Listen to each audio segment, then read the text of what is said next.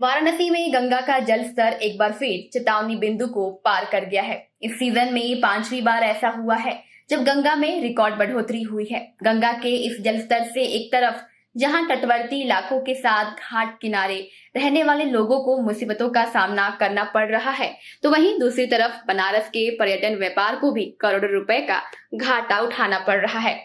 इन 3 महीनों में लगभग 400 करोड़ के पर्यटन व्यापार का नुकसान हुआ है।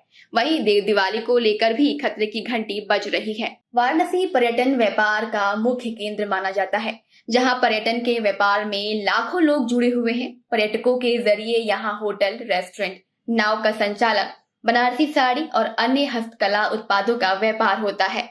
मई जून के गर्मी से निजात पाने के बाद जुलाई से लेकर देव दिवाली तक करोड़ों पर्यटक वाराणसी आते हैं और करोड़ों का व्यापार इनसे रहता है। लेकिन इस बार बाढ़ ने इस व्यापार पर पानी फेर दिया है। व्यापारियों का कहना है कि जून के महीने से ही गंगा के जलस्तर में बढ़ाव दर्ज किया जा रहा था। जुलाई में ही सभी घाटों का संपर्क टूट गया। ऐसे में पूरा सावन बाहर से आने वाले पर्यटकों से फीका रहा। वहीं उसके बाद बाढ़ के उफान को देखते हुए पर्यटकों में सिर्फ यहां आने के लिए सूचना ही ली, लेकिन बनारस की तरफ आने का कोई मूड नहीं बनाया। दरअसल बनारस आने वाले पर्यटक घाटों पर नाव से सैर करना चाहते हैं। बाढ़ की स्थिति तो इस बार काफ़ी ख़राब रही है और अमूमन जो है जुलाई अगस्त में बाढ़ का जो भी इम्पैक्ट होता है 10-15 दिन का, वो ख़त्म हो जाता है। लेकिन इस बार काफ़ी लंबा समय तक चला और इससे टूरिज़्म इंडस्ट्री हमारी बहुत ज़्यादा प्रभावित हुई है। हर जगह बाढ़ का माहौल है, तो ऐसे में पर्यटक जब काशी आना चाह रहा है तो वो भी ये देख रहा है कि हम काशी आएंगे तो बाढ़ का क्या पोजीशन है, हम क्या नौका विहार कर पाएंगे, गंगा आरती देख पाएंगे। और ये 2 महत्वपूर्ण अट्रैक्शन है टूरिज़्म इंडस्ट्री के कि कोई भी पर्यटक काशी आएगा तो बाबा विश्वनाथ के दर्शन के साथ साथ माँ गंगा का दर्शन, नौका विहार और गंगा आरती बहुत महत्वपूर्ण है। तो हम लोग को काफ़ी इस बार डाउनफॉल देखने को मिला है। अमूमन करीब 50% तक मार्केट डाउन है टूरिज़्म इंडस्ट्री। मंथली ऐसे तो पीक सीजन नवंबर और फरवरी होता है, लेकिन अगर हम लोग जुलाई अगस्त में भी लगभग, क्योंकि पर्यटन से सारे उद्योग जुड़े हुए हैं, साड़ी कारोबार भी पर्यटन से जुड़ा हुआ है, अन्य कारोबार भी पर्यटन से जुड़े हुए हैं, तो लगभग 700-800 से 1000 करोड़ का महीने का कारोबार पर्यटन के थ्रू होता है काशी में, हम लोग का ये अनुमान है। लेकिन अब उसमें 50-60% तक मार्केट डाउन है इस बार। दूसरी तरफ अब होटल और ट्रेवल कारोबारियों का देव दिवाली को लेकर भी डर सताने लगा है।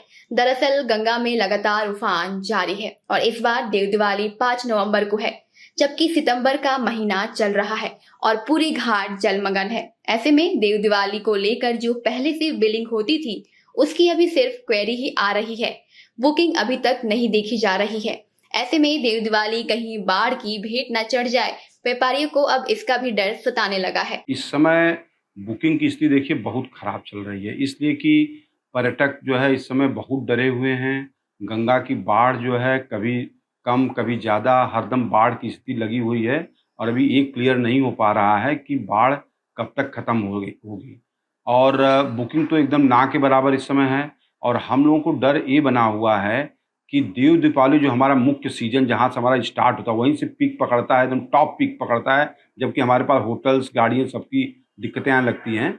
तो हमको डर ये लग रहा है कि क्वेरी तो आ रही हैं लेकिन वो मैटलाइज नहीं हो रही हैं। लोग ये देख रहे हैं कि पता नहीं बाढ़ कब तक जाएगी, कब तक रहेगी, माहौल नहीं बन पा रहा है टूरिज़्म का।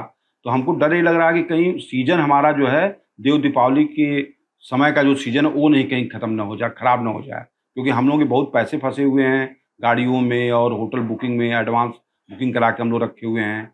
ये सब प्रॉब्लम आ रही है बाढ़। बताते चले कि पिछले 3 महीनों से बाढ़ के कारण पर्यटन कारोबार प्रभावित है। इन 3 महीनों में यदि होटल से लेकर बनारस के हस्तकला उत्पादों की बात करें तो लगभग 400 करोड़ का व्यापार होता है।